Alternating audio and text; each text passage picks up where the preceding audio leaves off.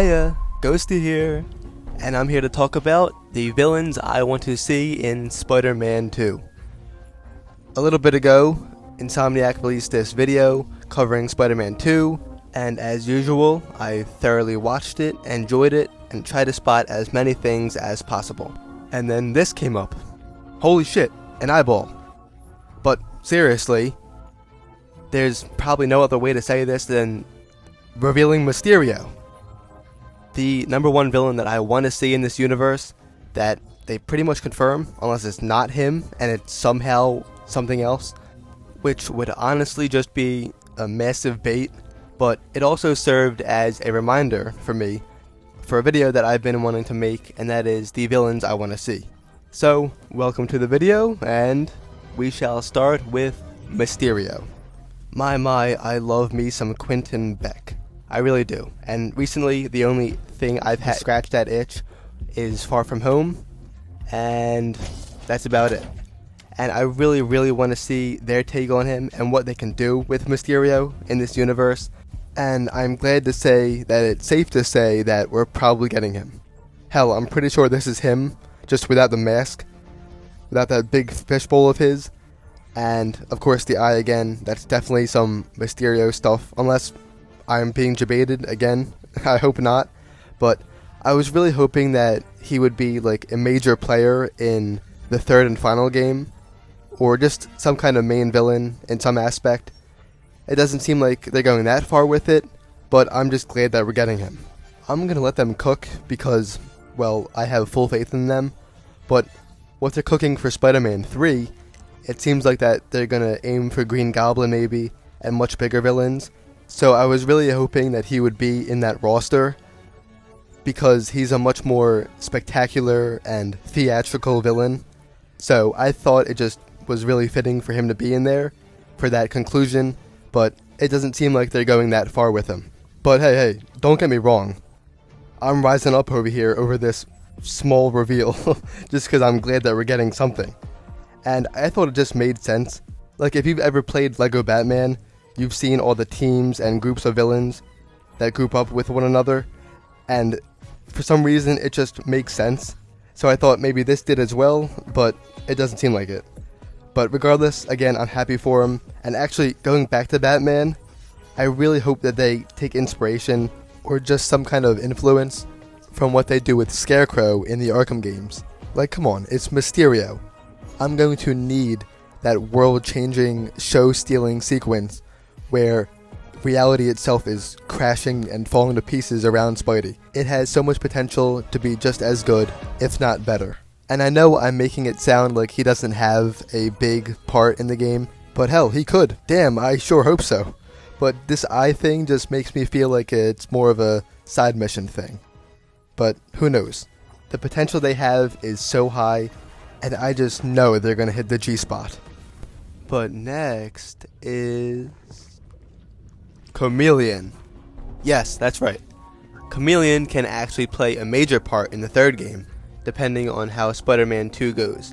If you don't know, Chameleon, supervillain, can change his face, can change his appearance to literally anyone by the simple touch, or whatever, flick, touch, rub, stroke, maybe, I don't know, whatever, his mask, which allows him to change his appearance to literally anyone at will. And I'm gonna say this, I might just be coping because I want to see him, but they actually haven't shown him, or not even a slight Easter egg to him. So it makes me think that they might show him off. Maybe in Miles' second game if they do that, or Spider-Man 3. I don't know, but I gotta hope, right? But if you don't know, he is the half-brother to Kraven the Hunter, which is obviously in the game, and he is a beast.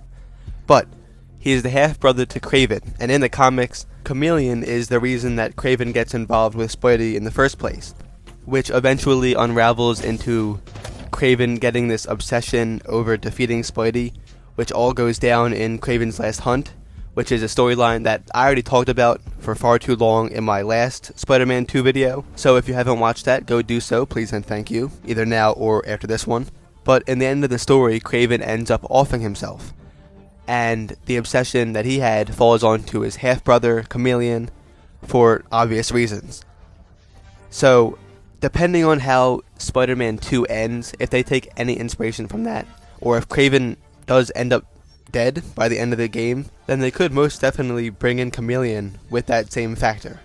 And I see him as like a kingpin, obviously not Fat Fisk, but more of like a secret like top boss, a puppeteer, pulling the strings behind the scenes, and literally no one knows what's really going on. He has a special like secrecy and mystique to him that can work really well if done right.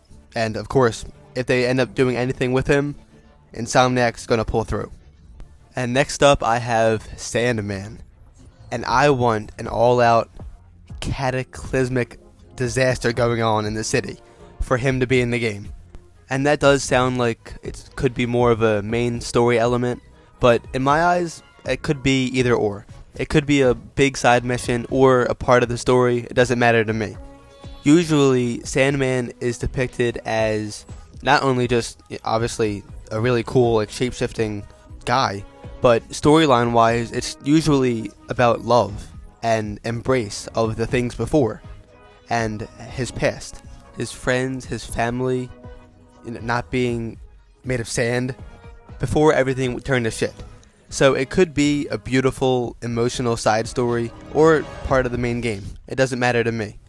There's a fellow creator here on YouTube named Troyo Boyo that I absolutely love, and he made the same video, well, pretty much the same video, because we have such similar lists.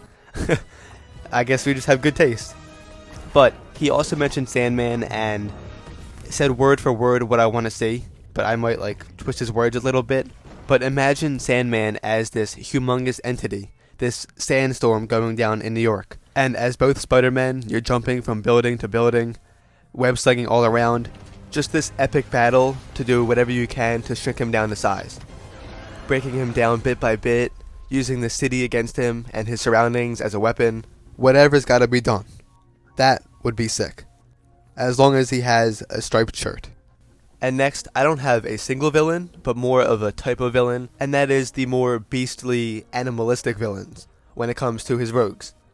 I said in my last Spidey video that I would want to see Vermin, because he's in Kraven's Last Hunt, and all around I just think it's pretty appropriate to be in the story, because you already have Lizard, and you have Kraven, so why not give him more animal-like villains to try to hunt, on top of everything else.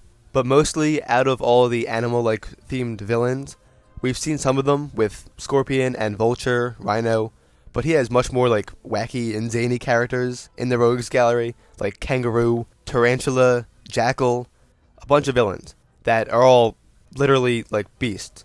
But the one I want to see the most isn't as much on the nose as them, and that is Beetle. And I don't know what you call the villains that are just all teched up and armored up, that fly around and do whatever the hell they want, but I love him, I really do, and I want to see Beetle. I definitely see him more as a side villain, but I would love to see him. He has a suit of armor and a whole arsenal to go against Spidey with, and of course, he could fly all around the city as freely as possible. And I would think maybe they could do it like how they do Firefly in the Arkham games, and yes, I'm going back to Batman, because them games are absolutely goated, literally my favorite of all time, but I would maybe think like a chase sequence like how it is in Arkham Knight, but they utilize him so much better in Arkham Origins, so maybe preferably the latter, but again, I see him more of a side mission. But like I said, I think he fits, and he is a perfect character to use, because in recent times, villains have just been getting modernized more and more by the day, and they get like amped up with upgrades and high tech when it's completely unnecessary. So I think using him can avoid that, as well as having an original and fresh take with the character, and whatever they choose to do with him. And before getting into the last ones, because there's some pretty big hitters, I want to take a moment just to say these two real quick that I probably should have done first, but I want to see Taskmaster. Whatever the continuation is of his side mission from the first game, I want to see that, and whatever the result is. And then from the gameplay footage, we literally saw the bay and rivers and all, and we know the map is much bigger, even crossing bridges and all, so there's a lot of room and space to play around with. So next up is Hydro Man. Could be the same thing as what I said for Sandman, but, you know, he's made of water. So, yeah. And moving forwards, my second to last is the Spot. They can make it weird and wacky, they can make it comedic, or they can make it as crazy and insane as Across the Spiderverse did. But with that movie, we've seen how serious a villain like the Spot can be. I would love to see a game adaptation of him, and would love to see what Insomniac can pull with him. They can make him a main story villain, a side mission, doesn't matter, and literally anything is possible. And I would love to see him clash with Pete, but the film really proved that there is some specialty with him and Miles that can be done, and because of that same movie, they might not do it because it's too similar, but maybe, I don't know. But what I do know is that there's a lot that can be done, and a lot of potential with a character so vast and unique like the Spot. And lastly, my final choice is an absolute must, and that is Carnage. Obviously, we don't know what they have in store for this game and how it's going to end, but if they end up using Carnage as a villain in the third and final installment, that would be a hell of a time. I think it fits perfectly.